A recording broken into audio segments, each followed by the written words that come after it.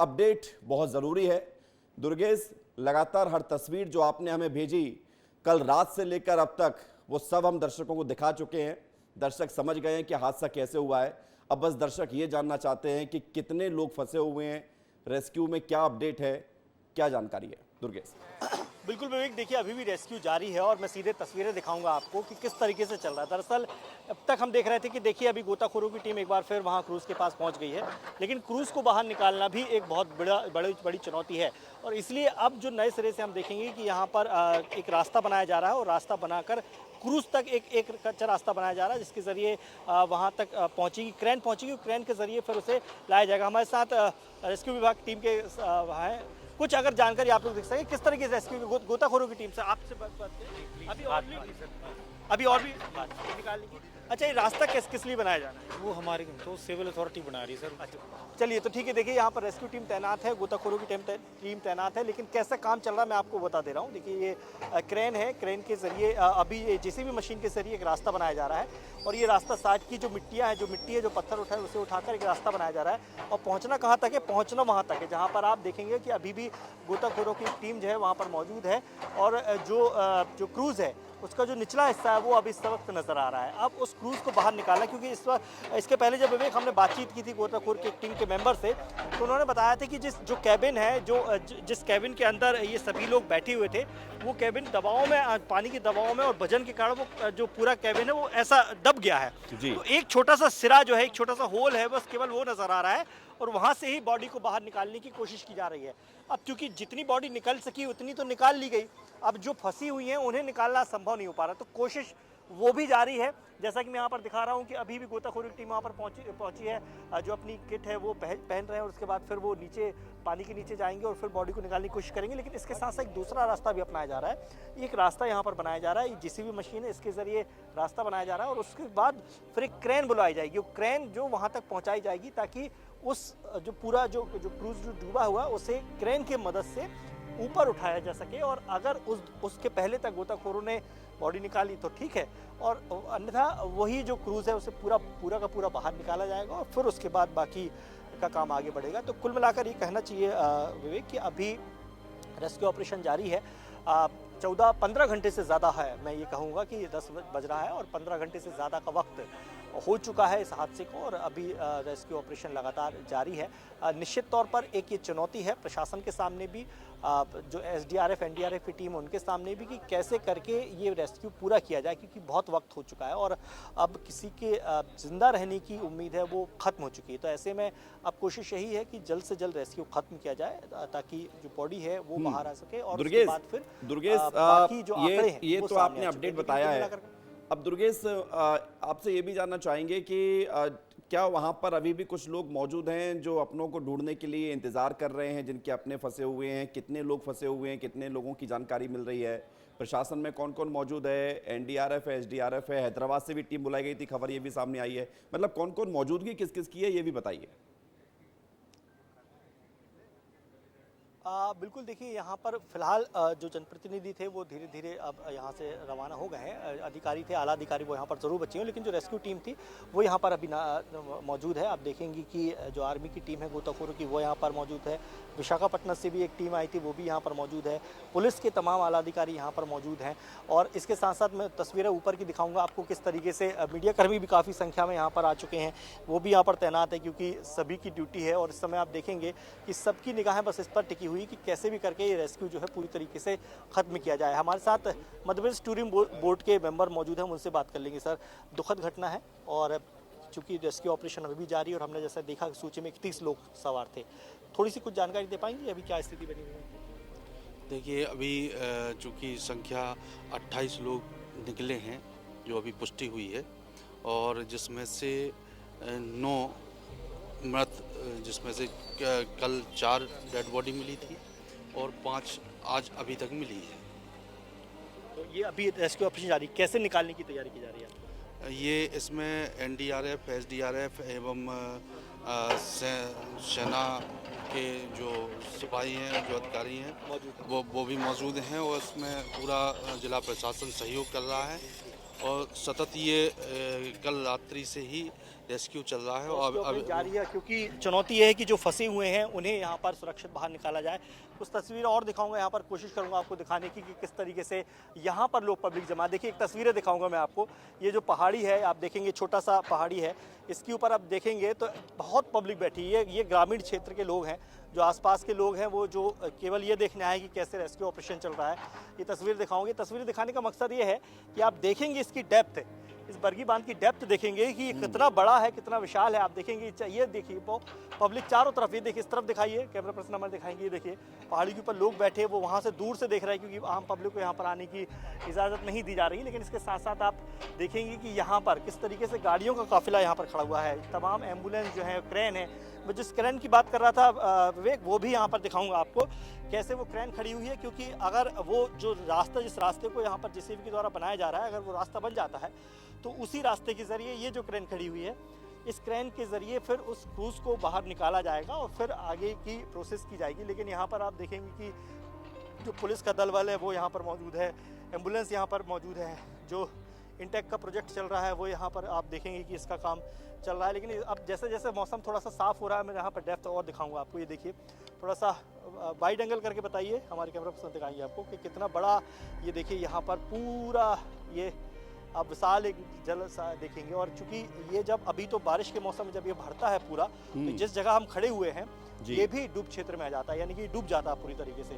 तो ये स्थिति यहाँ पर अभी हम देख रहे हैं और ये इसलिए मैं तस्वीर आपको बड़ी करके दिखा रहा हूँ कि वो देखिए अभी भी क्रूज़ आपको नज़र आएगा वहाँ पर जेसीबी का काम चल रहा है। बड़ी संख्या में यहाँ पर पुलिस बल तैनात है, पुलिसकर्मी तैनात है, अधिकारी तैनात है, जो स्वास्थ्य विभाग की टीम है वो यहाँ पर तैनात है। ठीक है दुर्गेश, तुरंत लौट रहा हूँ, कुछ रिएक्शंस आ रहे हैं, उसको हम सुन लेते हैं। उसके बाद आज सुबह जब हमारी एनडीआरएफ और आर्मी की टीमें आई तो उनके माध्यम से हमने डीप डाइविंग करी, जिसके माध्यम से हमने करीब 5 डेड बॉडी को रिकवर किया है। कितनी परेशानियां हुई आपको और आपके साथियों को इसको करने में? हाँ, हमें काफ़ी परेशानियों का सामना करना पड़ा, चूँकि बारिश का मौसम था, आंधी तूफान भी चल रहा था, अंधेरा था, इस कारण काफ़ी दिक्कतें गई। जो डाइविंग की कंडीशन रही, हाँ, डाइविंग की कंडीशन चूँकि रात में पॉसिबल नहीं हो पाती है और इस समय इस कारण से जो हमने रात में डाइविंग नहीं की, जैसी हमारे लिए सुटेबल परिस्थितियाँ सुबह मिली तो हमारे द्वारा इसमें डीप डाइविंग का कार्य किया गया। तो टोटल बॉडी अगर हम बता पाएँ तो आपके पास, जैसे कि कल तक जो है 4 डेड बॉडी रिकवर हुई थी, आज 5 डेड बॉडी रिकवर हुई, कुल 9 अभी हमें डेड बॉडी मिली है। आपके एफर्ट से हम कितना माने, कितने समय बाद? नहीं, हमने तो अपनी तरफ से पूरी कोशिश की है और यहाँ पे चूँकि काफ़ी अन्य टीमें भी काम कर रही हैं, सभी ने अपनी तरफ से अच्छा प्रयास किया है। तो ये रेस्क्यू टीम का रिएक्शन आप देख रहे थे कि 5 डेड बॉडीज आज निकली हैं, लगातार रेस्क्यू किया जा रहा है। जो हुआ 9 लोगों की जान चली गई है, पर्यटन विभाग की सेवा चल रही थी और बताया जाए काफी कुछ लापरवाही। धर्मेंद्र लोधी क्या कह रहे हैं? वास्तव में बहुत दुखद और हृदय विदारक घटना है और इस घटना के जांच के आदेश मैंने विभाग को दिए हुए हैं। अगर लापरवाही के कारण ये दुर्घटना हुई है तो उन पर कठोर से कठोर कार्रवाई करने का हम काम करेंगे। सबसे पहली प्राथमिकता तो ये है कि जो लोग काल कलवित हुए हैं या जो लोग मिसिंग हैं उनका रेस्क्यू कर लिया जाए। अभी तक 22 लोगों को बचाने का भी काम किया गया है और 9 लोगों की इस घटनाक्रम में वो काल कलवित हुए हैं। तो परम पिता परमेश्वर से उनकी आत्मा की शांति के लिए मैं प्रार्थना करता हूँ और उनके परिवार जनों को यह दुख सहन करने की ताकत परम पिता परमेश्वर दे। एक चीज़ ये भी लापरवाही में अगर देखा जाए तो अभी तक कितने लोग उस क्रूज में सवार थे, इसका आंकड़ा पर्यटन विभाग के पास नहीं है, जबकि इसका संचालन पर्यटन विभाग करता है। आपको नहीं लगता है कि ये लापरवाही है कि कितने लोग क्रूज पर सवार थे और पता ही नहीं है? देखिए, जो टिकट कटे हैं वो 29 लोगों के टिकट इसमें काटे गए थे, जो मैंने पता किया, और 2 लोग जो है इसमें क्रू मेंबर थे, तो 31 लोग सूचना थी। उसके बाद चूँकि लोग कहते कि बच्चों का टिकट नहीं लगता, तो कुछ बच्चे इसमें बिना टिकट के रहे होंगे, तो वो आंकड़ा मुझे लगता है बढ़ सकता है। तो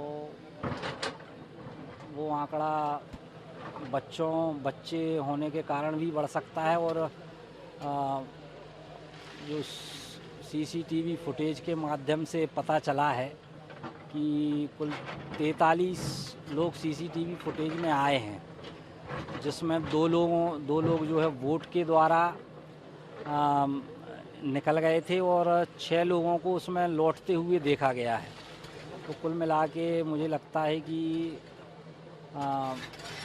ये आंकड़ा 36-37 तक जा सकता है।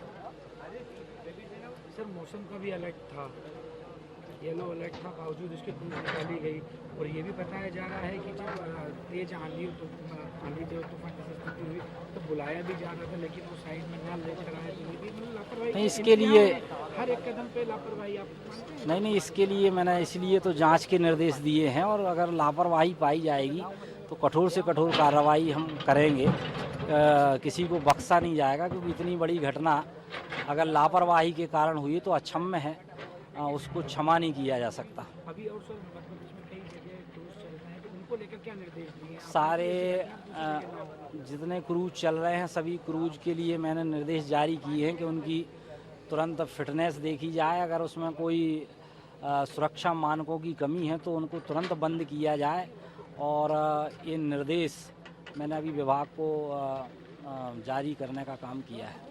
सर जो पर्यटक बच गए हैं उन्होंने भी कहा कि लाइफ जैकेट नहीं दी जा रही थी, हम लोग कुछ इस तरीके की बात भी सामने आई। नहीं, क्रूज में तो लाइफ जैकेट का प्रावधान रहता है, जितने मेंबर होते उतने लाइफ जैकेट रहते हैं।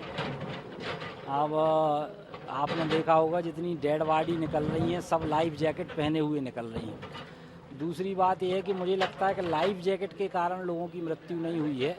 नीचे के जो चैम्बर है उसमें पानी भर जाने के कारण लाइफ जैकेट पहने होते हुए भी लोगों की उसमें डूबकर मृत्यु हुई है, ऐसा प्रथम दृष्टया समझ में आता है। लेकिन मैंने जांच के निर्देश दिए हैं और जांच होने के बाद ही वास्तविकता पता चल पाएगी कि किसकी लापरवाही इसमें थी। जिनकी लापरवाही होगी उनको कठोर से कठोर सजा हम देंगे। जी हाँ, तो धर्मेंद्र लोधी को आप सुन रहे थे, जिन्होंने बताया है कि कैसे ये पूरा घटनाक्रम हुआ और क्या अभी हो रहा है।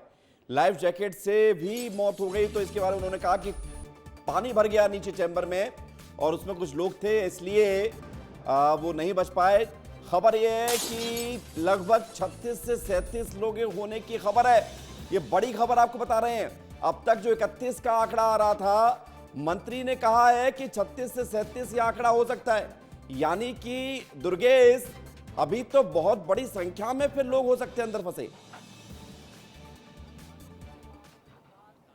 देखिए, बड़ी संख्या थोड़ा सा नहीं कहूँगा मैं, लेकिन इससे बढ़ेगी। 31 की जो सूची बताई जा रही है एमपीटी के द्वारा, उससे बढ़ेगी, क्योंकि 5 साल तक के बच्चों की टिकट नहीं लगती है।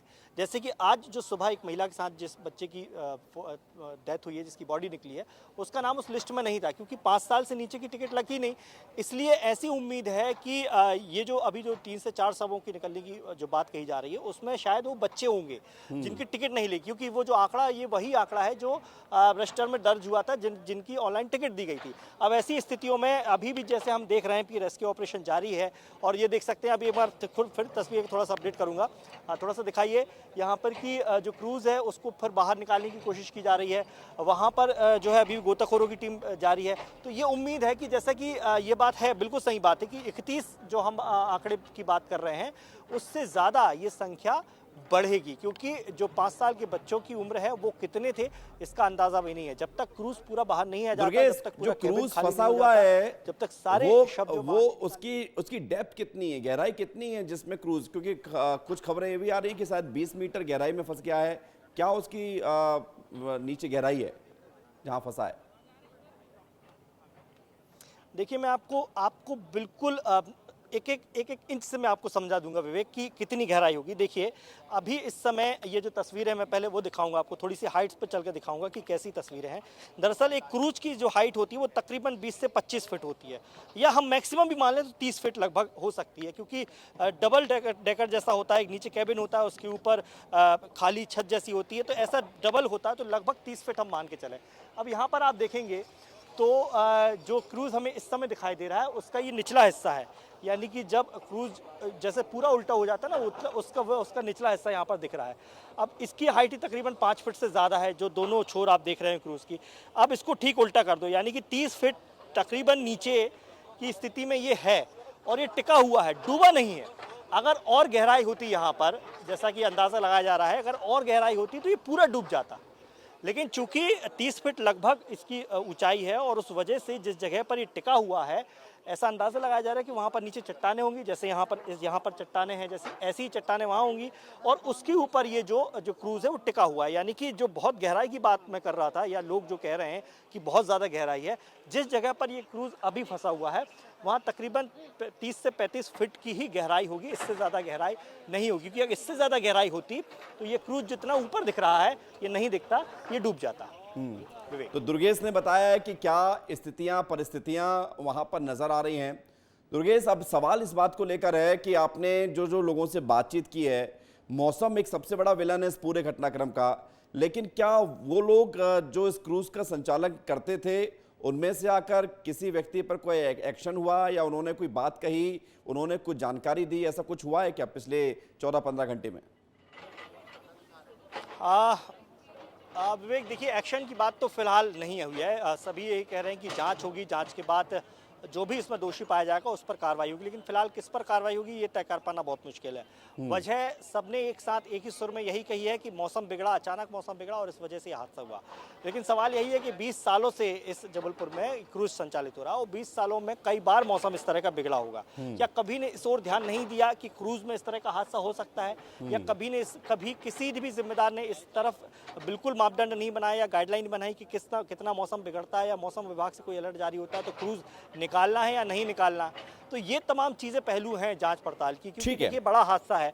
और बिल्कुल हादसा बड़ा है दुर्गेश, और आपने जो कहा कि जो पैरामीटर्स हैं वो उस पर काम होता भी था या नहीं होता था, ये जांच के बाद ही स्पष्ट होगा।